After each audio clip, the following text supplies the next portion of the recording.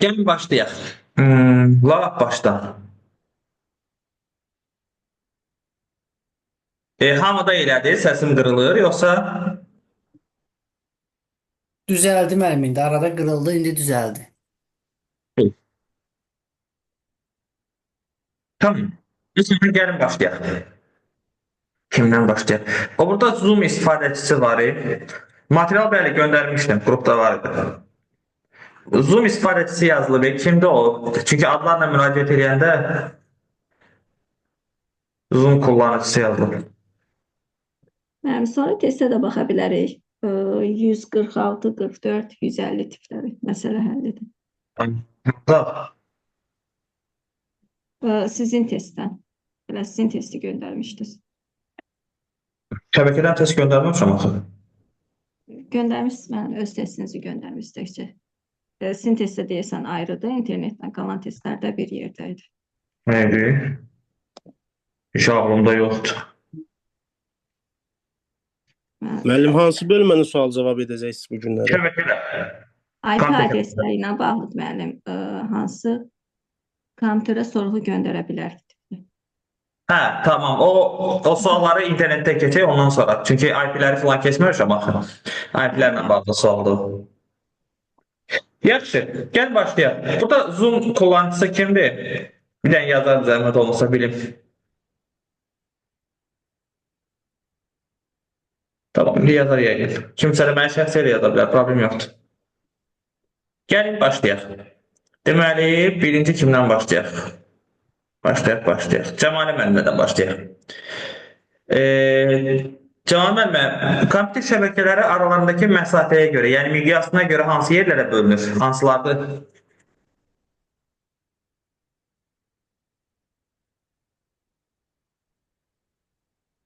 Miqyasına göre mesafeler yani verilir 500 metre. Yadımdan çıktı. Lokal, global, bir de regional da öyle mi? Yok. Lokal şəbəkələr, qlobal şəbəkələr, bir də regional şəbəkələr. Onlar mən o mesafelere gitti ağlım. Aydındır.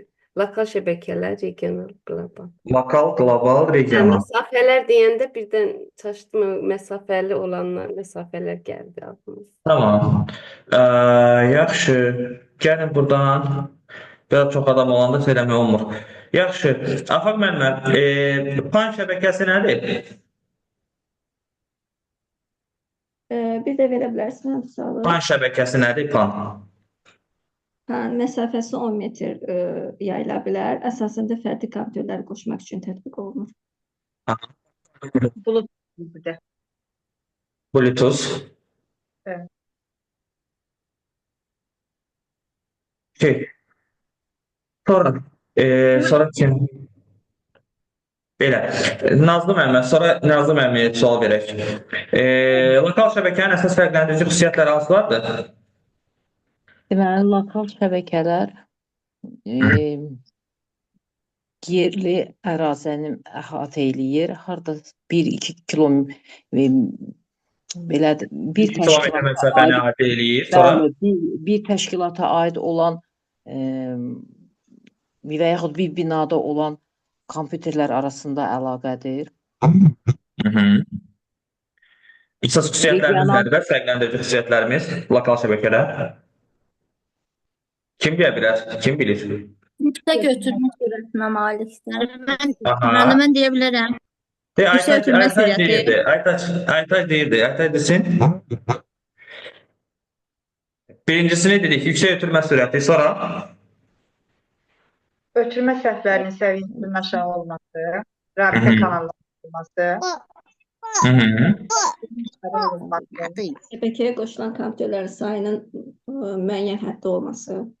bəli, dəqiq sayda Yəni limit göstərir. qoyulur ki, nə qədər qoşulacaq. məhdud sayda olması. Deməli, hansılar oldu? Bir də təkrar sayaq ki, yadımızda qalsın. Demək, ötürmə sürəti yüksəkdir, səhvlər azdır, düzdürmü? Sonra səmərəli idarə etmə mümkündür, çünki az sayda kompüter var. Bir də kompüterlərin sayı dəqiq sayda olur, məhdud sayda olur, qeyri-müəyyən deyil. Düzdürmü? 4 dənəsi fərqləndirici xüsusiyyət saydıq. Yaxşı, Sevinç müəllimə, siz cavab verin o zaman. Əməkdaşlıq mühiti dedikdə nə nəzərdə tutulur şəbəkədə? Necə müəllim, bir də verə bilərsiniz? Şəbəkədə əməkdaşlıq mühiti dedikdə nə nəzərdə tutulur? Əməkdaşlıq. Server müştəri. Server və müştəri. Yox, əməkdaşlıq mühiti. Şəbəkədə əməkdaşlıq mühiti nə deməkdir? Yəni ki, mən Mənim istifadəçilər Bir sənədlə- qrup şəklində işləyə bilir də orada. Aha, istifadəçilərin qrup şəklində işləməsinə biz deyirik əməkdaşlıq mühiti Əməkdaşlıq şəbəkədə. mühiti. yəni Tamam. bölüşdürürlər. Sonra kim cavab versin bizə? Nurlani müəllimə, VLAN şəbəkəsi hansı şəbəkəyə deyirik? Hansı xüsusiyyəti var bu VLAN şəbəkəsinin? VLAN şəbəkəsi VLAN. simsiz, WLAN. ay sağ olun, simsiz lokal şəbəkədir müəllim. Aha. Hansı məsafə üçün nəzərdə tutulub? 100 metr məsafə üçün. 100 metr məsafə üçün nəzərdə tutulub. Tamam. Sonra.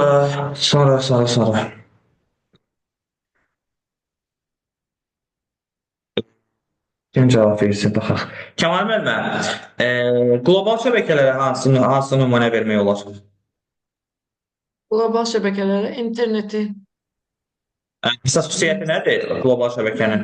Lokal kompüter şəbəkəsindən fərqi nədir? yəni Qlobal daha böyük ərazini əhatə eləyir, hər kəsə əl çatandır. Böyük ərazini əhatə eləməyi. Sonra Yusuf müəllim, WAN şəbəkəsi nədir bəs? WWAN. Axşamınız xeyir müəllim. GPRS olanlar Ona başqa cür necə deyirik GPRS-ə? mobil istifadəçilər internetdən istifadə edir də, yəqin ki, Fake telefonda. rabitəsi. Simsiz əlaqədir müəllim. Simsiz geniş əlaqəli şəbəkədir. Fake rabitəsi. Əlaqəli şəbəkədir. Eləmi? Bəli. Sonra kömək sual verək. Pərvanə xanım, kompüterlərin funksiyalarına görə hansı növlərə ayrılır şəbəkələri? Şəbəkəyə qoşulmuş kompüterlərin funksiyalarına görə. Yəni bir səviyyəli, bir də iki səviyyə əsasında qurulan şəbəkələr. Bir səviyyəli yəni bir ranqlı taytuşlar bunlar. İki qrupa bölünürsə, yəni. Hansılar oldu? Bir səviyyəli yaxud da bir ranqlı bərabər hüquqlu deyək də taytuşlar şəbəkəsi, bir də Server əsasında qurulan şəbəkələr. server əsasında qurulan. Server əsasında qurulan şəbəkə. Aha, ona nə deyirik? Server əsasında qurulan şəbəkələrin başqa adı nədir? Müştəri qulluqçu. Müştəri server. Müştəri qulluqçu şəbəkələr. Yaxşı. Sonra kim var burada? Rəşid müəllim, ötürmə sürətinə görə şəbəkələri hansı yerlərə bölürük, hansı kateqoriyalara? Şəbəkələr 3 kateqoriyaya bölünür. 10 megabitsə qədər, 100 megabit, bir də 100 megabitdən yuxarı sürət. Deməli, aşağı, orta, yüksək sürət Aşağı olacaq. 10-dur, orta 100 megabitə qədər, yuxarıda 100-dən yuxarı. Okey, super. Sonra Şəbnəm müəllimə, ötürmə mühitinə görə şəbəkələrin hansı növləri var? Və hansılardır? Deyə bilərəm mən. Aşağı sürətli, orta sürətli, yüksək sürətli. Onları mı deyirsiniz? Yox. Xeyr. Nadir xətlərlikdən. Tamam. Simsiz Bir qarşılıq olmasın da. Buyur Aytaç. Bir deyək ki, bir-birimizi dinləyək də. Naqilli və naqilsiz müəllim. Naqilli və naqilsiz. Belə, naqillinin hansı xüsusiyyəti var, naqilsizin hansı xüsusiyyəti var? Kim deyə bilər? Deyim müəllim. Buyurun müəllim, buyurun. Naqillər, yəni kabellər vasitəsilə qoşulur. Sarınmış cütlük, fiber optik, bir də koaksial kabellər. Naqilsiz isə radiosiqnallar, mikrodalğalar, peyk rabitəsi, Marcel Okey. Okey. Yaxşı. Lətafət müəllimə, informasiya ötürülməsinin sürətinin vahidi nədir? Megabit saniye. Ümumi desək bit bölünsün saniyə. İndi onu da megabit bölü saniyə, kilobit bölü saniyə, gigabit bölü saniyə və s. verə bilərik.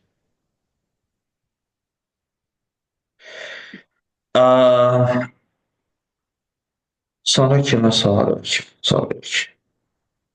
Günay müəllimə, sarılmış cüt, burulmuş cütlük kabelin hansı xüsusiyyətləri var?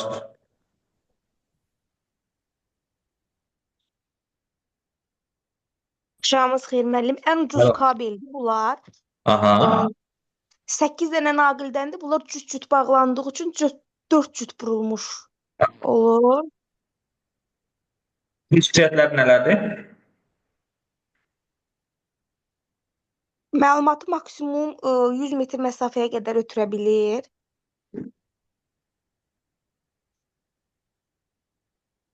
Başqa sürətlə işləyir. Elə bil orada 10, 100 min megabit bölü saniyə sürətlə işləyə bilirdi. Sonra elektromaqnit sahələrdən təsirlənir. Bu qədər yadımda qalıb. Hansı başlıqla qoşa bilirdik bu kabelləri? Bu kabelləri RJ45 konnektor vasitəsilə qoşa bilirdik. Tamam, bu kabellərə başqa cür necə deyirlər? Başqa hansı ad deyirlər? Kabel 5 kabel. Konnektor. UTP tipli kabellər yaxud da Cat 5, yəni 5-ci kateqoriya kabellər deyirlər. Eləmi? Tamam. Tamam. Sonra Torol, bəs koaksial kabel nədir? Xüsusiyyətləri hansılar? Mən bu mərkəzi bir naqil hörgüdən ibarət.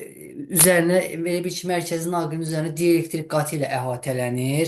Sonra burada əsasən şin topologiyasında istifadə olunur. İki növü var, ekranlaşmış və ekranlaşmamış.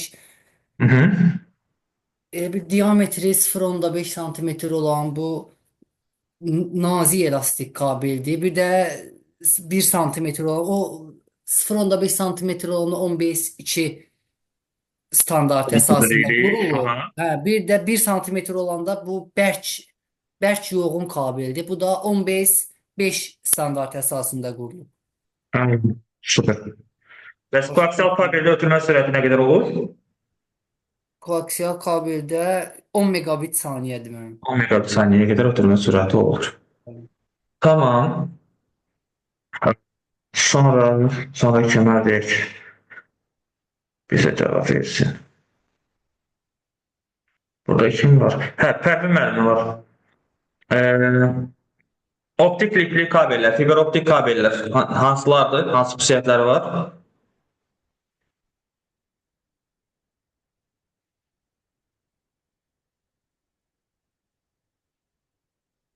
Cəbnəmə göstərdiyin görək. Yəni burada informasiya elektrik siqnallar vasitəsilə yox, işıq siqnallar vasitəsilə ötürülür.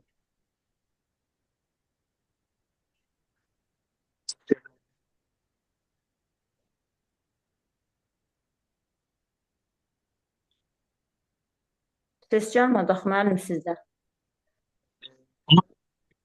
İşıq siqnalları vasitəsilə ötürülür. Başqa hansı xüsusiyyətləri var?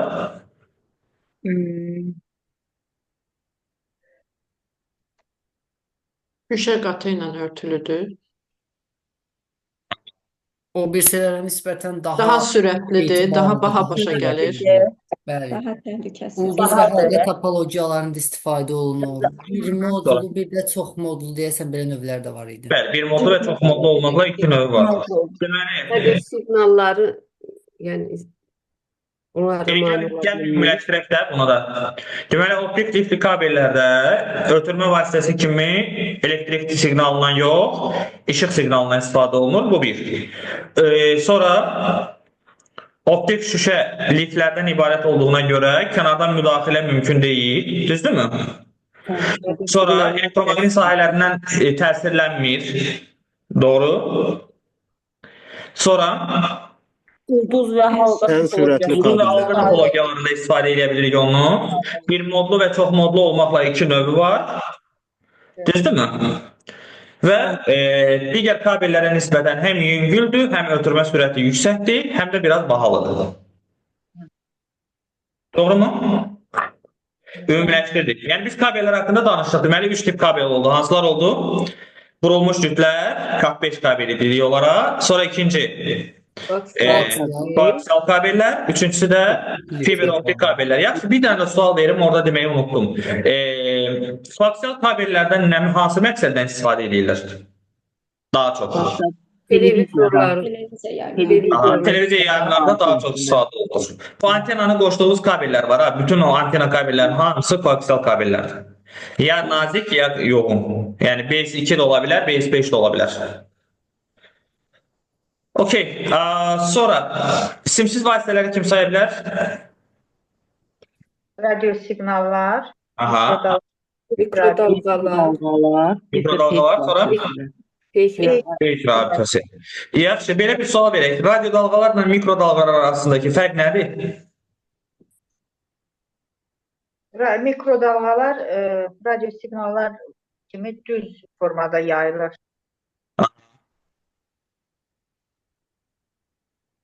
Radio siqnallarda həm ötürücü, həm də qəbul edici antenalar olmalıdır. Başqa? Fəzada Mikrodalğada deyirik ki, düz xətt boyunca yayılır. Fəzada elektromaqnit formasında yayılır.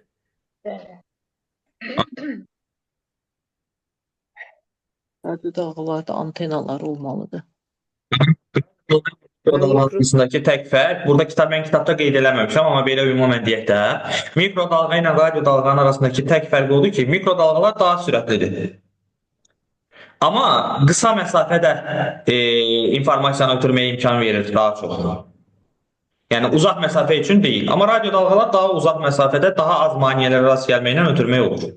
Mikrodalğadan istifadə etmək üçün işçi stansiyaların sayı çox olmalıdır. Yəni qısa məsafədən bir işçi stansiyalar quraşdırmaq lazımdır ki, o siqnalları gücləndirmək mümkün olsun. Okey? Yaxşı, peyk rabitəsi vasitələri nə idi? Peyk rabitəsi vasitəsilə yerin uzaqlıqda, yəni Yerdə göndərilən siqnallar gücləndirilərək peyk vasitəsilə başqa yerə ötürülür. Okey. Yerin fırlanma sürətinə uyğunlaşdırılır. Okey.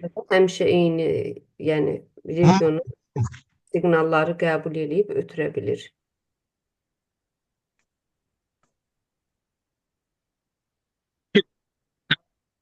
Şəbəkə kartı deyəndə nə nəzərdə tuturuq? Nədir şəbəkə kartı? Kompüteri şəbəkəyə qoşmaqdan öncə istifadə olunan kart. NIC də deyirlər buna. NIC də deyirik. Yaxud da bu şəbəkə adaddır, şəbəkə platası ya da şəbəkə kontrolleri deyirik ona. Yaxşı,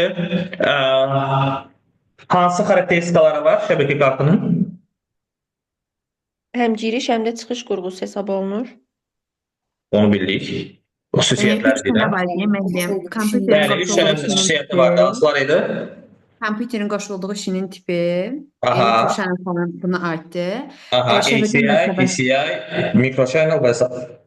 Bir də şəbəkə mərtəbəsinin sayı burada 3264. Ən sonuncudakı yaradılan şəbəkənin topologiyası idi. Ethernet, ARPANET və Token Ring. Okey. Və s. Sonra yaxşı, kimə deyək sual verək, kimə deyək? Aynur müəllimə, şəbəkədə resurs deyəndə nə nəzərdə tutulur? Şəbəkədə resurs. Mən deyim müəllim. Buyurun. Şəbəkədəki proqramlar, fayllar, printerlər, birgə istifadə olunan başqa periferiya qurğuları resurslar adlanır. Resurslar adlanır, şəbəkə resursları. Hansı qurğulara passiv şəbəkə avadanlıqlar deyirlər? Kabellərə, Aha. RGB Cərəyana birbaşa bağlı. Yəni cərəyandan asılı olmayan qurğular, passiv. Bura kabellər onların uclarına taxılan bağlayıcılar, bir də ki, şəbəkə avadanlıqlarının qoyulduğu montaj qapılar daxildir. Montaj qapılar. Bəs aktiv avadanlıqlar hansılara aiddir? Buradakı avadanlıqlar Bir dəqiqə. Körpülər, Bunları pürüzlər.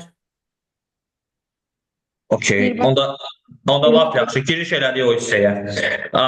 İşçi stansiya deyəndə nə nəzərdə tuturuq? İşçi stansiya nədir?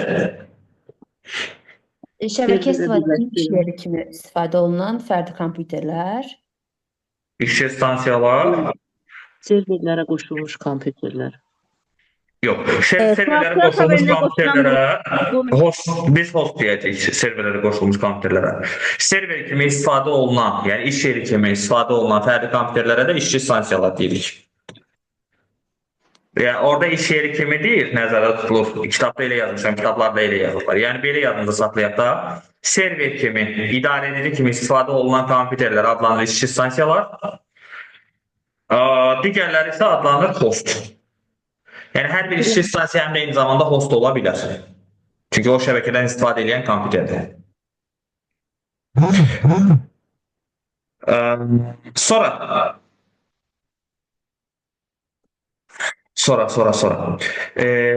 Yaxşı, repeater nədir? Repeater təkrarlayıcıdır. Hansı funksiyanı yerinə yetirir? Segmentlərin Məsafədən kompüterləri bir-birinə bağlayır. Məsələn, siqnalları bərpa edir də, çox intellektual qurğu deyil. Yalnız siqnalların səviyyəsini bərpa edir. Siqnalların fəaliyyətini bərpa etmək üçün istifadə olunan qurğudur. Okey. Bir şəbəkədə maksimum neçə repeaterdən istifadə eləmək olar? Maksimum 4. Yaxşı, bir dənə sual verək. Bir şəbəkədə maksimum hansı məsafəyə informasiyanı ötürə bilir repeater? 100 metr müəllim. 100 metr məsafəyə qədər informasiyanı ötürə bilir. Tamam. Mən o repeater aid, yoxsa OTP kabellərə? Necə? Misal kimi OTP kabellərini vermişsiniz ki, 100 metr qədər informasiyanı ötürəcək, daha sonra repeater onu gücləndirəcək. Siz da repeaterlardan istifadə edirlər elə OTP tipli kabellərdə. Ona görə bir dənə o yazılıb orada. Adətən ondan istifadə edirlər. Bilirsiniz, adətən şəbəkə quranda şəbəkənin daxilində fiber optik kabellərdən istifadə eləmirlər. Fiber optik kabellər daha uzaq məsafəyə informasiyanı göndərmək üçün istifadə edirik. Aydındır. Belə daxili şəbəkə quranda, tutaq ki, bir sinifin içində kompüterləri bir-birinə bağlamaq istəyirsə, simli olaraq gedirsə, bu zaman adətən UTP tipli, yəni qurulmuş cütlərdən istifadə edirlər. Çünki həm ucuzdur, yəni əgər informasiyanı uzaq məsafəyə sürətlə göndərmək lazım gəlmirsə, o zaman şeydən istifadə edirik. Qurulmuş cütlərdən istifadə edirik. Çünki ucuzdur o, tez tapılır, rahatdır. Fiber optik kabellərdə informasiyanı hansı məsafəyə göndərməyimizdən asılı olmayaraq sürətin azalması baş vermir. Siqnal öləsimir. Aydın necə? Kənar müdaxilələrə məruz qalmadığına görə o hara istəyirsinizsə göndərin, hansı məsafəyə istəyirsinizsə göndərin. Bir də o fiber optik kabellərdə birləşmə yerləri olmur. Yəni kabel adətən bütöv olur. Hər hansı bir kəsiyi olmur, qırığı olmur. Başa düşüldü necə? Əgər kəsik olsa, qırıq olsa, ümumiyyətlə şəbəkə informasiya ötürə bilmir. O yüzden fiber optik kabellərdə repeaterlara ihtiyacımız olmur. Repeaterlar, təkrarlayıcılar o zaman lazım gəlir ki, siqnalın səviyyəsi düşür aşağı, ölür. Biz o təkrarlayıcıya veririk ki, informasiya siqnalının səviyyəsini qaldırsın. Başa düşüldü necə? Məsələn, deyək ki, bax, Wi-Fi çəkmişsiniz evə. Ev böyükdür ya da bina böyükdür. O zaman nə edirlər? Bu şəbəkədə olan, yəni hara əlavə ötürüləcəksə, hara əlavə göndəriləcəksə, serverə o şeylər qoşurlar. Repeaterlar qoşurlar. Bir yerdən başqa yerə, yəni məsafəni uzadanda. Məsələn, evdə oturursunuz, görürsünüz bu otaqda Wi-Fi yaxşı tutur. Məsələn, birinci mərtəbədə oturursunuz, Wi-Fi yaxşıdır, ikinci mərtəbəyə çıxırsınız, Wi-Fi ölür, zəif. Bunun səbəbi odur ki, siqnal səviyyəsi düşür aşağı. Bunun qarşısını almaq üçün adətən repeaterdən istifadə edirlər. Yəni, yuxarıda da eyni səviyyədə internet olsun deyə. Başa düşüldü? Və bunun da ən bariz nümunəsi şeylərdir. Qurulmuş cüt kabellərdir. Onun üçün 100 metrdir. Aydındır mı? Mənim çox sağ olun. Sonra, Nurvani Məhəmməd, transceiver nədir?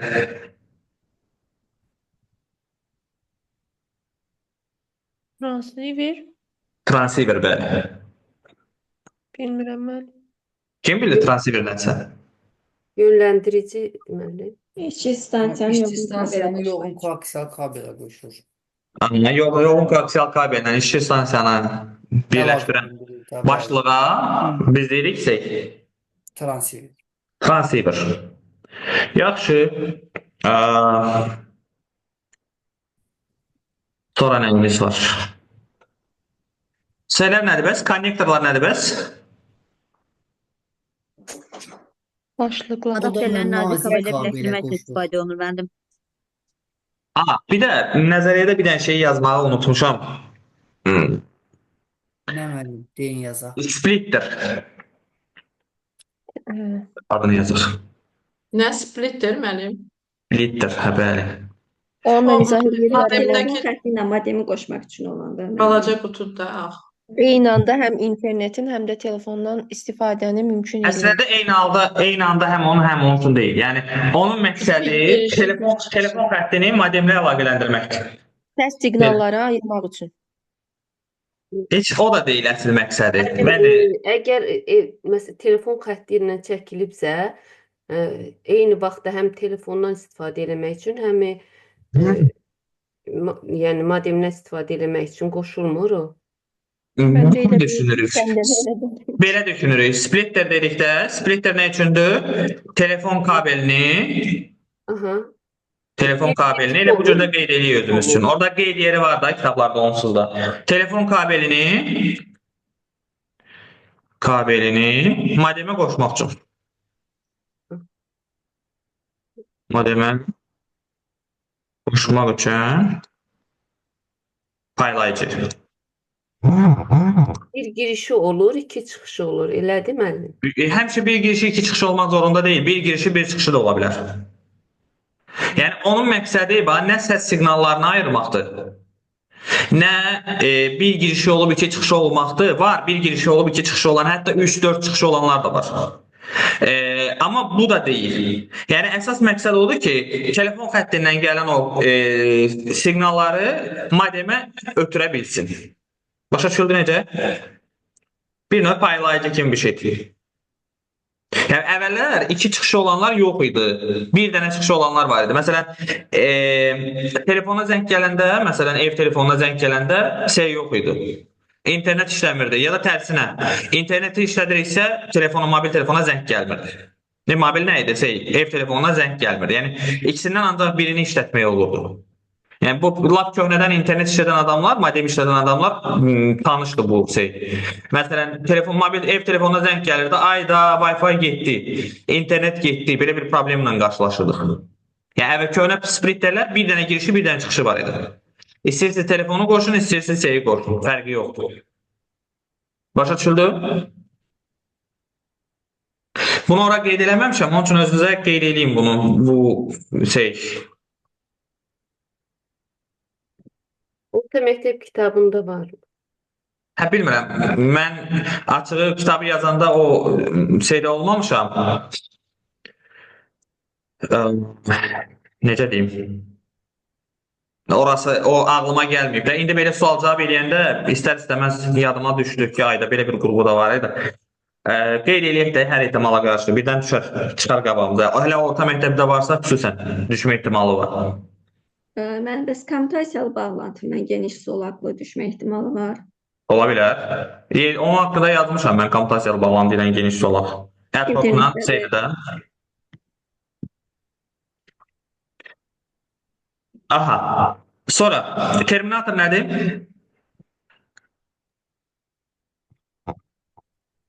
Necə müəllim işləyir? Terminator. Terminator Kabellərdə şəbəkənin qoşulması üçün torpaqlayıcıdır. torpaqlama məqsədilə istifadə olunur. İşin deməz ucuna Kabellər şəbəkəyə qoşulması üçün deyil müəllim. Bir misal verim. Orada torpaqlama sözü var. Torpaqlama deyən nə nəzərdə tuturuq? Yəni tutaq ki, işin Üstü açıq olan yerlərin üstünü torpaqlayırlar. Xarab olanda orada onu qoşurlar ki, orada siqnal. Yox. Bax, torpaqlama dediyimiz şey nədir? Baxın, siqnalın itməməsi üçün qoyulur da müəllim. Siqnalın itməməsi üçün bağlayıcıdır bir növ. Bəli. O hə, terminator hə, amma torpaqlama dediyimiz şey o deyil əslində. Torpaqlama dediyimiz şey nədir? Deyək ki, ulan nədir? Niyə belə çox yazı var? Mən belə şey yazmamışdım.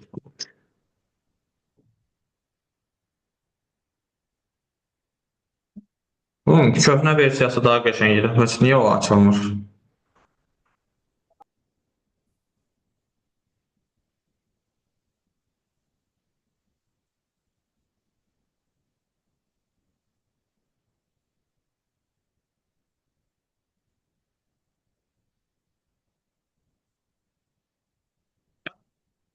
Bizim torpaqlama dediyimiz şey nədir? Normalda istənilən elektrik xəttinə, eyni telefon xəttində də, internet xəttində də fərqi yoxdur. Elektrik var. Telefon xəttində olan elektrik sabit elektrikdir. Orada bir problemimiz yoxdur. Amma torpaqlamanı təkcə şeydə eləmirlər. Yəni şəbəkə üçün eləmirlər. Ümumiyyətlə elektrik dövrələrin hamısında eləyirlər. Məsələn olur, görürsünüz ki, belə əlinizi nəyəsə vurursunuz, gicildədir, top buraxır. Adətən bu topun qarşısını almaq üçün onu müəyyən bir elektrik kabeli ilə başqa bir yerə, yəni keçirə biləcəyi, elektriki ötürə biləcəyi başqa bir yerə bağlayırlar. Bunun da səbəbi nədir? Elektrik xəttinə adətən 2 xətt gəlir. Biz onlara şərti olaraq birinə nə deyirdik? Faza deyirdik. Birinə də 0 deyirik. Deylədir. Bu, normalda elektrik siqnalı vermir, amma fazalar elektrik siqnalı ötürür. Bax, torpaqlama əməliyyatı onun üçündür ki, gələn elektrik siqnalı kabelin ucu açıq olsa, ona toxunanda adamı tok vurma ehtimalı var. Ya da informasiyanın ötürülməsi, itməsi ehtimalı var. Həmin o şeyin başını, kabelin başını müəyyən elektriki ötürə biləcəyi boş bir sahəyə bağlayırlar. Aydındır? Və o həmin əməliyyata deyirlər torpaqlama əməliyyatı. Yəni torpağın altına batırmaqdan söhbət getmir siqnalı. Ya da kabeli götürüb torpağın içə salmaqdan getmir. Yəni elə bir qurğu ki, elə bir yer ki, elektriki götürə bilsin, çəkə bilsin özünə tərəf. Yığıb saxlaya bilsin özünə tərəf. Bax, bu əməliyyata deyirlər torpaqlama əməliyyatı. Bu hamısında olur. Məsələn, olur ki, tutaq ki, soyuducudur. Gəlib əlinizi vurursunuz, eləyir. Titrədir də belə, top buraxır. Elektrik çağırırsınız sadəcə olaraq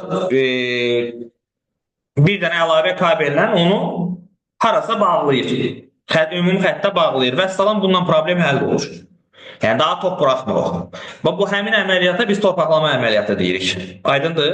Bunu eyni şəkildə şəbəkələr üçün də eləyirlər. Sanki özünə çəkir də, yəni elektriği. Özünə çəkir. O da ildırım vuran adamı da torpağa bastırırlar. Elə bir torpaq özünə çəkir. Eyni şeydir. Məsələn, ildırım dirəkləri də torpaqlama üçün nəzərdə tutulur. Yəni o elektriki özünə çəkmək üçün. Yəni söz oradan gəlir elə bir. Bəli, bəli, ümumi anlayış olur. Çünki torpaq əslində ən yaxşı elektrik çəkici bir şeydir də. Ona görə. Yaxşı. Sonra davam edək. Modem nədir bəs? Modulyasiya və demodulyasiya sözlərindən əmələ gəlir. Rəqəmsal informasiyanı Aha. analog informasiya çevirərək telefon xəttini ötürür. Və bir əksinə edir, hə? Telefon xəttindəki analog informasiyanı rəqəm siqnalına çevirərək kompüterə ötürür. Okey. Sonra gəlin başlayaq nələrdən? Router nədir? Yaxud da yönləndirici, marşrutlayıcı. Hansı funksiyanı yerinə? Proqram Gücləndirici deyil. Müxtəlif topologiyadan müxtəlif protokol şəbəkələr arasında yaradır. Müxtəlif protokollu və müxtəlif topologiyalı Şəbəkələri birləşdirir. Şəbəkələri birləşdirir. Şəbəkələri əlaqələndirən bir də aparat proqram təminatı. Yeri, ən alan yeri. Ən yaxşı marşrutları seçir və paketləri həmin marşrutlar üzrə göndərir. Qəbulda da yenə həmin paketləri qəbul eləyir və yenə onun göndərilməsinə nəzarət eləyir, ötürülməsinə nəzarət eləyir. Ağıllı Yəni və Polis müvafiq ünvanları yaradır və kompüterlərə ötürür. Okey. Bax, ümumiyyətlə rutor haqqında danışanda, rutoru ümumiləşdirəcək olsaq, belə bir ümumi vacib xüsusiyyətlərini qeyd edəcəyik. Birincisi, müxtəlif protokol və müxtəlif topologiyalı kompüterləri, həmçinin müxtəlif şəbəkələri bir-birinə bağlaya bilir. Bu bir. İki, Yol polisi də deyirik ona. paketləri bir segmentdən digərinə Mənim yolun... şülüz də o işi görmür, şülüz. Şülüzə gələcəm. Şülüzə gələndə ayrıca izah edəcəm onu. Rotorun özündən də şülüz kimi istifadə etmək olar. Yəni, şülüz ayrı anlayışdır, rotor tamam ayrı şeydir. İndi, rotor dedik ki, istiqamətləri seçir, paketləri hara göndərəcək təyin edir və s. Digər bir can alan nöqtəsi, müxtəlif şəbəkə. Şəbəkədə müəyyən bir nasazlıq olarsa, alternativ yol tapır, ötürür. Aydın məsələdir. Bax, burada ən can alan yerlərimizdən biri nədir? Ötən il idi, səhv eləmirəmsə, qəbula düşmüşdü. Bununla bağlı sual. Nəzəri sual kimi yox, praktik sual kimi düşmüşdü. Amma biz rotorun nəzəriyyəsini bilməliydik. Bax, rotor, şəbəkə nömrələri müxtəlif olan kompüter şəbəkələrini də bir-birinə əlaqələndirə bilir. Şəbəkə nömrələri müxtəlif olan kompüterləri də bir-birinə əlaqələndirə bilir. Bu çox önəmli bir şeydir əslində. Aydındır? Məsələn, körpü anlayışı var, bridge. Körpülər şəbəkə nömrələri eyni olan kompüterləri bir-birinə əlaqələndirə bilir. Amma rotorlar, marşrutlayıcılar şəbəkə nömrələrindən asılı olmayaraq bütün şəbəkədəki kompüterlərə informasiya göndərə bilməyimizi belə deyək də imkan tanıyır. Başa düşüldü mü necə? Geridə qalan şeylər hansı portdan qoşulur? LAN portdan qoşulur. Kompüterlərə qoşulmuş, daha doğrusu şəbəkəyə qoşulmuş kompüterlərin MAC ünvanlarını təyin edir və bu MAC ünvanlar vasitəsilə informasiyanın ötürülməsini həyata keçirir və s. Yaxşı, körpü nədir onda? Körpü haqqında kim nə deyə bilər? Mənim çox üzrə. Bunların şəbəkə səviyyəsində işləməsi ilə bağlı da nəsə düşə bilər. Necə? Məcbur bunların hamısının hansı səviyyədə işlədiyini də bilməliyik. Hə, düşə bilər. Biz siz necə düşür sual kimi? Məsələn, deyək ki, aşağı 6 dənə bilsək verir. 1, 2, 3, 4, 5, 6-da nömrələyir. Deyək ki, aşağıdakı fikirlərdən hansılar doğrudur? Və o fikirləri müxtəlif yerlərdən götürür verir də. Məsələn, deyək ki, marşrutlayıcı tutaq ki, nəqliyyat səviyyəsində işləyir. Sonra deyək ki, körpü filan OS modelinin kanal səviyyəsində işləyir və s. Yəni, bunları mütləqdir ki, yadımıza saxlayaq. Çünki bizə sual olaraq, potensial sual olaraq qarşımıza çıxacaq. Ona görə biraz önəmlidir, yəni onların hansı səviyyədə işlədiklərini bilmək. Mənim şəbəkə nömrəsi dedikdə, yəni o işlədiyi protokolu nəzərdə tutursunuz? Yox, şəbəkə nömrələri haqqında internet mövzusunda keçəcəm geniş şəkildə. Yəni, bu lokal şəbəkələrə aid deyil, amma keçəcəyik. Sadəcə biz burada şəbəkə nömrələri eyni olanları yadımıza saxlayaq ki, şəbəkə nömrələri eyni olan. Biz siz necə bir şeydir? Bu mövzular bir-biri ilə iç-içədir, bağlıdır, amma ikisini bir yerdə keçmək olmur da, böyükdür. Ya da ki, məsələn, şəbəkə nömrələrini əvvəldə verib, sonra rotorun nə olduğunu vermək olmur. Məcburuq ki, birini hansısa əvvələ salaq, ona görə belirləmişəm. Yaxşı. Körpü müxtəlif tipli şəbəkələri birləşdirir də. Necə? Körpü, bayaq sual verdiniz. Körpü nədir? Müxtəlif tipli arxitekturalı şəbəkələri birləşdirir də. Yox. Yox, müxtəlif topologiyalı eyni şəbəkələri birləşdirir. Gəlin belə bir şey deyək də, sual kimə verək, onlar cavablasın, tamam mı? Çünki belə qarşılıqlı düşür, ancaq eyni adamlar danışsa, sonra o bir adamlar belə dinləyəcək kimi qalır.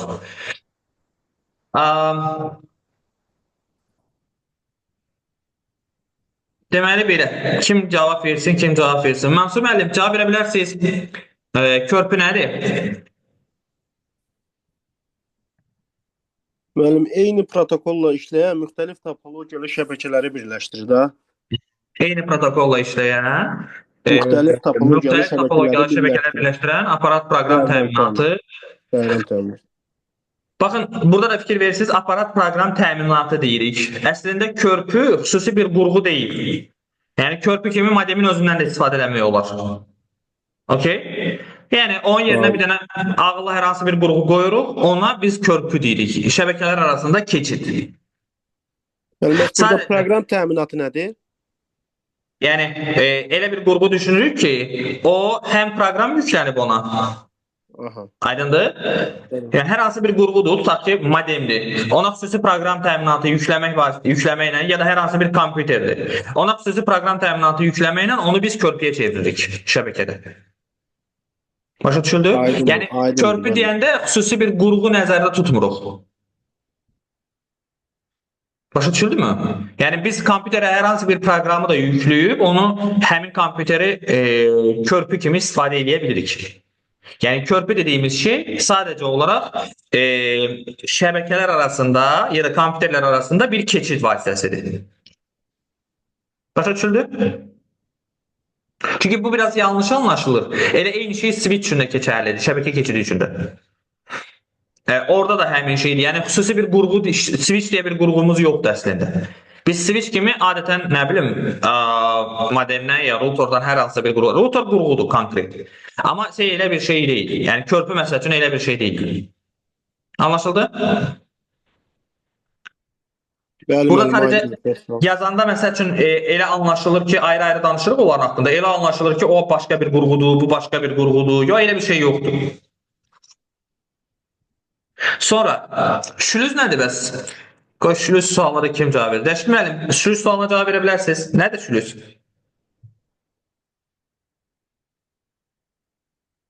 Mənim şülüz də birləşdiricidir da yenə onun kimi.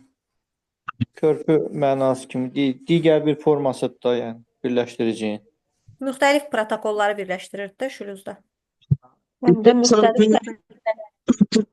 Şülüzün fərqi nə oldu onda müəllimə? Müəllim, müxtəlif şəbəkələri birləşdirir. Körpü eyni birləşdirir, bu isə müxtəlifdir. Ay, sağ ol. Deməli, körpüdə eyni protokolla işləyənləri birləşdirə bilirdik ancaq, şülüzdə isə protokollar da müxtəlif ola bilirdi. Müxtəlif protokollu kompüter şəbəkələri, hətta ümumiyyətlə müxtəlif kompüter şəbəkələr arasında da əlaqə yaratmaq olur. Aydındır? Və ən böyük özəlliyi də odur ki, OSI modelinin bütün səviyyələrində işləyir şülüzlər. O bilirsiniz nəyə oxşuyur? O biraz gülməli çıxacaq, portala oxşuyur. Portallar, məsəl üçün bu mifik bir şey var, dünyalar arasında keçid, portal və s. O da şəbəkələr arasında bir portaldır. Yəni bir şəbəkədən başqa şəbəkəyə keçid eləməyimizə imkan verir. Bir şəbəkə səviyyəsindən başqa səviyyəyə keçid eləməyimizə imkan verir. Qapı da deyirlər də buna, qapı rolunu oynayır. Bəli, qapı, şülüz. Elə odur da, şülüz, keçid, qapı, hər nəysə. Sonra kimə sual verək orada? Toğrul, switch nədir bəs? Bu da kompüter şəbəkələrində əlaqənin yaranması üçün istifadə olunur, əlaqə yaratmaq üçün istifadə olunur. OSI modelinin kanal səviyyəsində işləyir. Amma fərqi var. Ağıllı qurğu hesab olunur. Çünki verilənləri ünvanına ötürür. Çox dediğimiz formaya salar. Switch dediğimiz şey əslində hub'dır. Hub'un nə olduğunu bilmək üçünsə, hub dediğimiz, konsentrator dediğimiz şey var ya, o qurğu. Sadəcə çox portlu qurğudur. Bəli? Hub bütün kompüterlərə eyni informasiyanı ötürür. Ancaq switch ünvanlanmış kompüterlər. Elə də düşünməyək. Bax, əslində switch dediyimiz şey hub'dır. Sadəcə hub'un ağıllı forması. Hub da bildiyimiz mənası ilə belə şəbəkəyə aid eləməsək, kobud şəkildə desək, utility-dir də, çoxaldıcıdır. Yəni bir dənə girişi var, çoxlu sayda çıxışı var. Bir girişlə, tutaq ki, şəbəkəyə 20 dənə kompüter qoşmaq istəyiriksə, hub vasitəsilə əlaqələndirə bilirik. Sadəcə hub'un switchdən fərqli tərəfi odur ki, hub ağıllı qurğu deyil. Məsələn, o hansı kompüterə hansı informasiyanı ötürmək lazımdır, onun MAC ünvanlarını yadda saxlasın, bu xüsusiyyəti yoxdur. Şəbəkə nömrələrini yadında saxlasın, bu xüsusiyyəti yoxdur.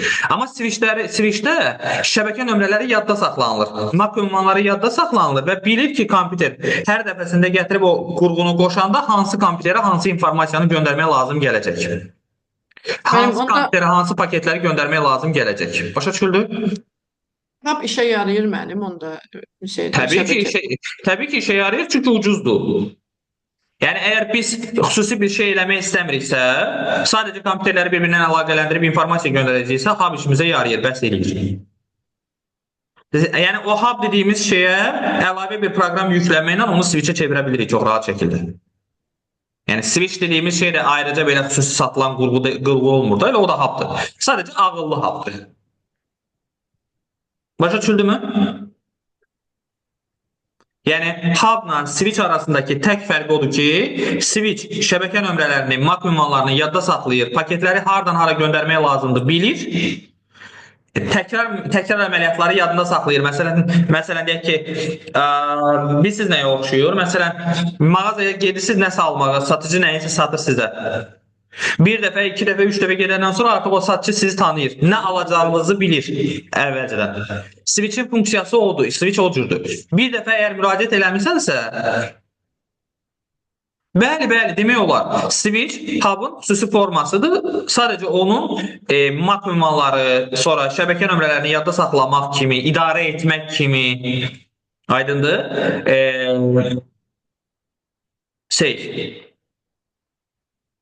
xüsusiyyəti var.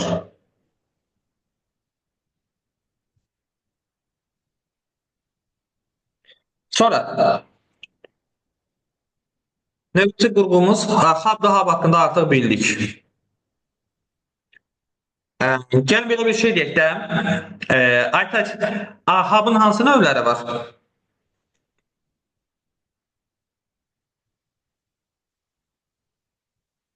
Aktiv hub. Aktiv, pasiv hub. Aytaçdan səs gəlmədi. Üskürəm deyə çıxmışam. Arada bir daxil olaraq. Pərvan, aktiv hub nədir, pasiv hub nədir? Müəllim, aktiv hub bu hublar, yəni hublar siqnallar səviyyəsini bərpa edən hublardır. Pasiv də bunların əksinə bərpa edə bilməyən hublardır. Okey. Siqnal səviyyəsini bərpa edə bilən hublara aktiv, bərpa edə bilməyənlərə pasiv. Aha. Yaxşı, belə bir sual verim. Repeaterlə hub'ın fərqi nədir? Aktiv hub da siqnalı bərpa eləyir, repeater da siqnalı bərpa eləyir. Fərqi nədir onların? Üçündə də mahiyyət etibarı siqnalı bərpa eləyirik. Müəllim, hub qurğusu özünə gələn siqnalı güncləndirərək yerdə qalan bütün kompüterləri ötürür. Repeater nə edir? Onu da dəqiq bilmirəm. Baxın, gəl onda ümumiləşdirək bunu da. Repeaterlə hub'ın fərqi oldu ki, repeater özünə gələn siqnalı gücləndirir, bir kompüter ötürür. Amma aktiv hub onu çoxalda bilir. Məsələn, özünə gələn siqnalı gücləndirir, 5 kompüterə eyni vaxtda göndərir. Başa düşüldü? Repeaterın portları yoxdur çoxlu, amma hub'ın var. Bəli, onu demək istəyirdim ki, portu çox. Yadınıza qalar bu da? Bəli. Süper. Sonra Müəllim, üzrü sayın səsiniz qırıldı. O repeaterin fərqini başa düşmədim. Yenidən deyin də. Repeater özünə gələn siqnalı qəbul elədi, başqa kompüterə ötürdü. Amma hub, repeaterdan, aktiv hub'dan gelir söhbət. Repeaterdan fərqli olaraq özünə gələn siqnalı qəbul eləyir, onu çoxaldaraq göndərə bilir. Yəni, bir dənə siqnaldır, bir siqnalı qəbul eləyir, 5 kompüterə eyni vaxtda göndərə bilir. Yəni, portları var onun əlavə. Aha, başa düşdüm. Çox sağ olun. Dəyməz. Yeganə müəllimə, hansı topologiyaları tanıyırıq? Hansı əsas topologiyaları? Deməli, şin topologiyası, Aha. ulduzvari, bir də halqa. Ulduzvari, halqa.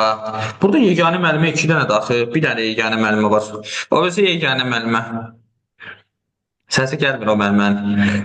Şin topologiyasının əsas üstünlükləri hansılardır?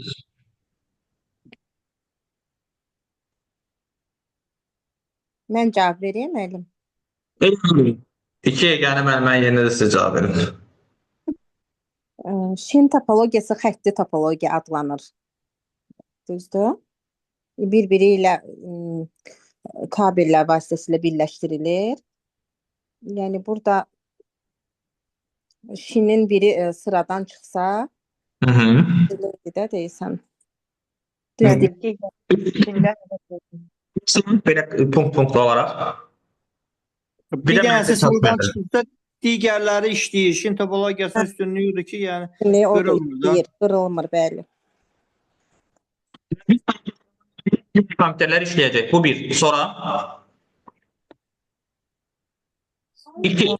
Gəlin sayaq da kömək eləyək. Yeni kompüterlər əlavə eləmək asandır. Doğru? 3. Şəbəkə adapterləri ucuzdur burada. Çox rahat şəkildə qoşub işlədə bilirik. 4. Mərkəzi abunəçi olmadığına görə onun etibarlılığı çoxdur, yüksəkdir. Sonra Yəni mərkəzi abunəçi, yəni server deyirsiniz. bəli, serverimiz yoxdur orada. Orada bütün kompüterlər bərabər səviyyəlidir. Yaxşı, mənfi tərəfləri nədir bəs? Müəllim, kabel sıradan çıxması şəbəkənin işini İşini pozur. dayandırmır. Dayandırır. Dayandırır. Aha, sonra Xətaların tapılması, bu orada bir xətaların tapılması çətin olur. okey. Xətaları tapmaq çətindir çünki hamı eyni kabelə qoşulub ona görə. Bəli, bir də şəbəkənin etibarlılığı orada çox azdır. aşağı. Demək olmaz əslində etibarlılığı çox azdır. Mən onu kitabda yazmışam, sonradan yığışdırdım onu. Əslində kifayət qədər etibarlıdır. Sadəcə etibarlılığı azdır sözünü yazmağımın səbəbi nə idi? Mərkəzdəki şinə qoşulan istənilən kompüter o məlumatları ala bilir. İşin topologiyasına taytuşlar kimi baxmaq olur. Topologiya ayrı şeydir, taytuşlar texnologiyadır. Onlar ona görə fərqli şeylərdir. Yaxşı, kim cavab versin, kim cavab? Nurlani müəllimə, hansı standartdan istifadə edirlər şin topologiyasını quranda? IEEE 802.3 standart. Aha, okey. Şəbnəm müəllimə, ulduz topologiyasının əsas xüsusiyyəti nədir?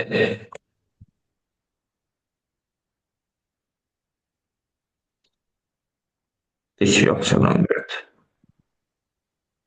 Yaxşı. Kompüter mərkəz qoşluğa birləşir ayrı şəbəkələr. Əsası serverlərə birləşməkdir. Ortada olur, kənarda. Aha, mərkəzi kompüterimiz var və bütün şeyləri ora birləşdiririk. Mərkəzi kompüterə birləşdiririk. Yaxşı, burada sonra halqa topologiyası. Bütün kompüterlər ardıcıl qoşulur, sonunda birinciyə birləşdirilir. Halqa topologiyası hansı standart əsasında qurulur? 802.5. 802.5 standart əsasında qurulur. Əlavə hansı topologiyalarımız var? Kim deyə bilər? Ağaçvari, qarışıq, bir də ki tam. Ağaçvari, qarışıq və tam. Ağaçvarinin də iki növü var, aktiv və pasiv. Okay. Sonra gəlirik şəbəkə texnologiyaları. Gönül müəllimə, hansı şəbəkə texnologiyaları tanıyırdıq? Salam Rövşən, mənim axşamınız. Əleyküm salam, hər vaxtınız xeyir. Klient serverdir də texnologiyası, klient server texnologiyasıdır. Aha. Bəs Orada da hansı texnologiya? Ethernetdir, tokenlikdir, sonra FDI-dir. FDI, aha. 100 VGA budur, bir də ki ARPANET-dir. ARPANET-dir. Baxın, bunlardan ən çox diqqətli olmalı olduğunuz topologiya, texnologiya Ethernet-dir. Ethernetdən xüsusi diqqətli oluruq, çünki imtahanda ən çox potensial sual oradan gələcək. Düzdür demirəm, o birləri öyrənmək lazım deyil, o birləri də bilməliyik. Oradan da gələ bilər. Amma çox güman ki, Ethernet şəbəkəsindən, yəni Ethernetdən sual olacaq sizdə imtahanda. Kitablarda da var, yəqin ki, çox güman ki, olacaq. Orta məktəb kitablarında da daha çox onun üstündə dayanıblar. Ethernetə üstünlük verir. Ən geniş yayılmış olduğu üçün bəlkə də ona görə. Həm ən geniş yayılmış, həm ən ucuzu olduğu ona görə. Daha çox Ethernetdən istifadə edirik. Yaxşı. Gəlin görək kimə deyək ki, belə ağır suallar verəcəm. Ağır suallar. Kimə verək. Toğrul, buradasan? Bəli müəllim. Toğrul bəy, Ethernet şəbəkəsinin xüsusiyyətləri hansılardır? Sayaq da belə qəşəng. Şin topologiyasından istifadə olunur, yəni onları yoxsa Aha. Şin topologiyasından istifadə olunur. 1. Sonra ötürmə sürəti 10 megabit saniyədir. Sonra Okey. ötürmə koaksial kabeldən istifadə edirik. okey. Super. Sonra Aha, başqa Kilometrdir. şəbəkə segmentinin uzunluğu nə qədərdir? segment 500 metrdir. 500 metrə qədər şəbəkə segmentinin Amma ki, uzunluğu. yəni maksimum uzunluqda 5 kilometrə qədər ola bilər. Okey. Sonra abunəçilərin sayı nə qədərdir maksimum? 24-ə qədər. 1024.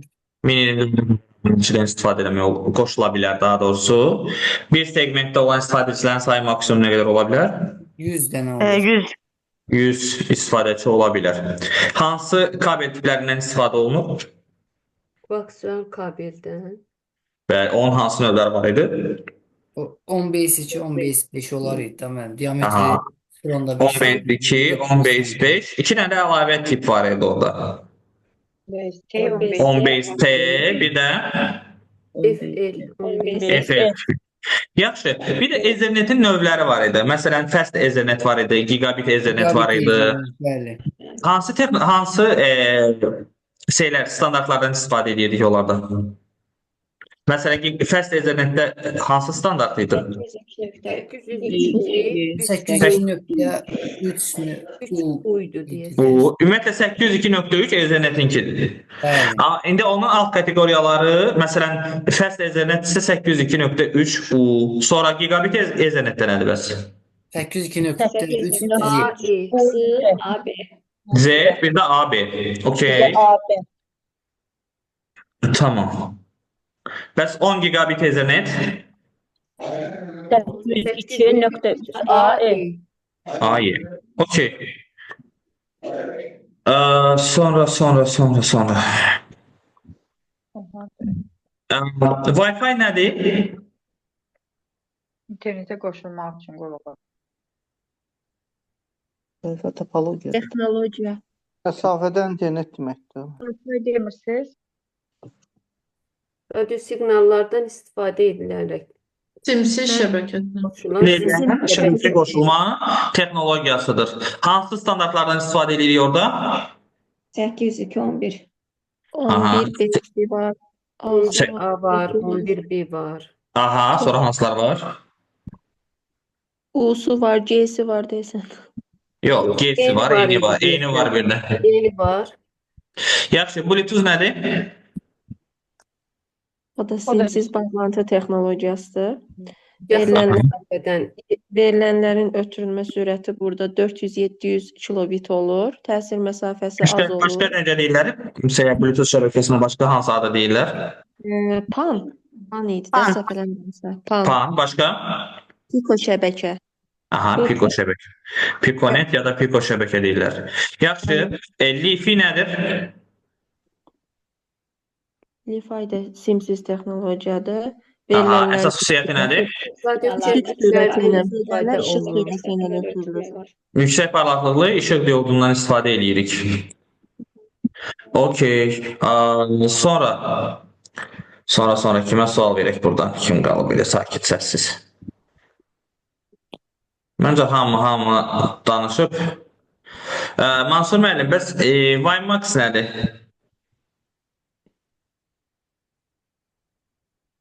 Müəllim, mən bu tərəfləri yaxşı oxumamışam. Ona görə başqaları cavab versin, mən qulaq asım, həm də oxuyum. O da simsiz şəbəkədə mənim. Prosta güclü formasıdır. O Daha uzaq məsafədə, açıq havada. Yaxşı, hansı standartdan istifadə edirik WiMAX-da? Standartları bilmirəm mənim. 802.16'dır. 802.16. Okey. Sevinç müəllimə, Zigbee şəbəkəsi nədir bəs? Müəllim, demək Zigbee sürətlə inkişaf edir. 10-75 metr radiuslu maksimal 250 bit bölünsün saniyə sürətlə ötürülmə nəzərdə tutulur. Kilobit böl saniyə. Bəli, kilobit bölünsün saniyə.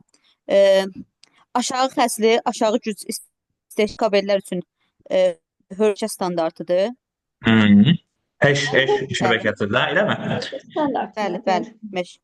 Aha, yaxşı. Bəs bir də texnologiyası var bizdə. İRDA. O nədir? Müəllim, simsiz bağlantını təmin etmək üçün istifadə olunur. Demək, yaxın məsafədə bağlantını qurmaq üçün istifadə olunur. İnfraqırmızı şüalarla işləyir. Bəli, infraqırmızı şüalarla işləyir. Okey, tamam. Biz belə bir şey sual verək. Kimə sual verək? Aytaca sual verək. Aytac, simsiz bağlantının hansı növləri var? Hansı rejimləri var daha doğrusu? Aytac. Deyim mən. Buyurun. Ad hoc, bir də infrastruktur. Birincidə İnfrastruktur. Ad hoc, bir də infrastruktur. Hansı nə işə yarayır? Onları da deyək. Ad hocda konteynerlər heç bir ümumi qurğu olmadan bir-biri ilə asanlıqla qoşula bilir. İnfrastrukturda isə konteynerlər arası giriş nöqtəsi olmalıdır. Məsələn, müəyyən proqram aparat qurğusu vasitəsilə qoşulur. Yenə başqa bir qurğuya qoşulmaq tələb olunur. Okey. Bir də qaldı bizdə OSI modeli, OSI modelinin səviyyələri. Açığı yoruldum. Müəllim, o düşə bilər, OSI modeli. Düşə bilər. Öyrənmək lazımdır. Yəni şəbəkənin içində var da mütləqdir ki, oradan nəsə gəlir. Sertifikasiyada bir nəzəri sualı kimi salacaqlarsa mütləq oradan nəsə salacaqlar yəqin. Düzü, məsələn, keçən il MİQ-də şəbəkədən elə çox sual düşməmişdi. Xüsusən düşmüş deyə nəzəri sual demək olar ki, yox idi. Amma o keçən il idi. Ondan əvvəlki il düşmüşdü. Xeyli sual var idi şəbəkədən nəzəri sual. Bilmək olmur da, indi sualı hansı məntiqlə hazırlayacaqlar, nəzəri sualı hansı bölmədən qoyacaqlar. Ona görə daha yaxşı olar ki, öyrənək yəni. Yəni, mümkün, nəzəriyyəni yazanda əslində mümkün qədər qısaltmaq. Orta məktəbdə nə varsa, ondan kənara çıxmadan və onu tam əhatə eləyəcək və minimum sayda informasiyanın olduğu şəkildə yazmağa çalışmışam. Ümid edirəm ki, buradakiları bilsək bəs eləyər. Amma buradakiları bilmək şərtdir də, mütləq ki, bilməliyik. Belə. İndi müəllimlər, OSI modelini keçməyəcəm üstündən. İnternet şəbəkəsini keçəndə oradan OSI modelindən suallar verəcəm. Çünki orada da OSI modeli bizə lazım gələcək. Həmçinin TCP IP lazım gələcək. Onların belə müqayisəli qarşılaşdırmasını eləyəcəm orada. Mən sizə qrupa, həm sınaq qrupuna, həm səyə ən sonuncu atdığım sınaq var bir dənə şəbəkələrlə bağlı. Onu işləyərik dərsdən dərhal sonra. Ki, görək, öyrəndiklərimiz yadımızda qalıb, sınağa testə tətbiq eləyə bilirik, bilmirik. 30 sualdan ibarətdir. Yəni, burada sual cavab elədiksə, ona əhatə eləyir. O yüzden çalışaq ki, onu işləyək. Mütləq də indi işləyək, yorğunluq. İndi atmışsınız müəllim sınavı. Yollamışam, qrupdadır. Ən azından sabaha qədər işləmək olar da, sabah axşam dərsə qədər. Bir də sabah axşam dərsimiz nə idi bizim? Nəyi işləməliydik? İnformasiya təhlükəsizliyi sual cavab eləyəcəkdik. Bəli, təhlükəsizlik. Okey. Onda sabah informasiya təhlükəsizliyi sual cavab eləyəcəyik. Siz bu şəbəkədən olan sualları da bitirərsiniz. Nə probleminiz, səhviniz qalsa, ona da sabah baxarıq inşallah. Şəbəkənin testini işləyək müəllim, yoxsa o sınağı deyirsiniz? Sınağı deyirəm. Şəbəkənin testini internetdə keçək, sonra verəcək. Onu deyirəm ki, ikisi $1. Bəli. Mən deyərdim, ən çətin mövzu bulardı bəlkə də, ən uzun. Bilirsiniz, hamısını əzbərləmək lazımdır ona görə. Yəni, boş buraxmalı olduğunuz heç nə yoxdur. Hamısını əzbərə bilmək lazımdır. Mütləq. Çox çətin. O yüzden Müəllim, bir dənə söz soruşmayı. Buyurun Uçmaq müəllim. qrupu hardadır? Mən ona qoşulmamışam, nə deyəsiz? Baxarıq müəllim. Şeydən çıxın. Siz menecerə yazarsınız, baxarsınız. Sizə qoşmayıbsa əlavə eləyər. Məndə bir dənə müzakirə qrupu var, bir də nəsə Material belə qrupu. material ay sağ ol, hə, iki dənə. Dərsdən sonra yazarsınız mənə, mən linkini əlavə ataram sizə, qoşularsınız orada. Müəllim, informasiya təhlükəsizliyi nəzəri harda oxuyacaq? Nədən oxuyacaq onu? Bir dənə deyərsiniz. İnformasiya nəzəriyyəsini Dimin kitabından da oxuya bilərsiniz, orta məktəb kitabından da oxuya bilərsiniz. Fərq eləmir. Yəni əlinizin altında hansı varsa o, onsuz hamısında demək olar eyni şeydir. Aşağı yuxarı hamısında eyni şeydir. Bizim atdığımız bir PDF yoxdur onda. Mənim o kitabın içindən deyil, kitabın da tək müəllifi mən deyiləm. Ona görə o mənə problem yaradır. Ata bilmirəm PDF şəklində. Nəzəriyyə kitabından ata bilmirəm. Müəllim, mən çıxmışdım. Sabaha nə dediniz oxuyun. İnformasiya təhlükəsizliyi. Rövşən müəllim, şəbəkələrin PDF-ini atmışdınız. Orada dəyişiklik var kitabdan, yoxsa əlavələr var? Əlavə atdığımı deyirsiniz? Əlavələr var idi, ona görə onu attım. O PDF attım ki, müəyyən şeylər var. Əlavələr Mənim var. hansı qrupdadır? Mən tapmadım axı. Ola bilsin məndə silinib. Yox, ola bilər ki, siz sonradan qoşulmusunuz materialları. Menecerə yazın, atar sizə. Ümumi şeyə qrup atmısınız da, ümumi təkrara. Ümumi təkrar materiallar qrupuna atmışam bəli. Hə, çox Bundan sonra baxdım yəni. bütün məlumatları oraya atacağım da hər qrupa ayrı-ayrılıqda atmayacağım. Hamısı orada olacaq. Zaten olsa hər gün dərsdəyik, hamıda eyni dərsi keçir. Ona görə bütün məlumat orada olacaq. Əlavələr yazılmış səhifəsindədir. Necə? Burada yazmısınız iki növ var. Məsafəyə görə lokal, qlobal. Orada səhv eləmirəmsə, üçüncünü də regional da əlavə eləmisiniz. Bir də simsiz sınırlamalar var. Ona görə onu attım sizə ki, düzgün, belə deyək də daha düzgün formada öyrənək. Mən yenidən yönləndirdim qrupa tapa bilməyənlər üçün. Allah, təşəkkür edirəm. Çox sağ olun. Çox sağ olun, Toğrul bəy. Oldu o zaman. Gecəniz xeyrə qalsın. Özünüzə yaxşı baxın. Sağ olun. Sağ olun, siz də. Gecəniz xeyrə. Sağ olun. Dəniz xeyrə. Sağ olun.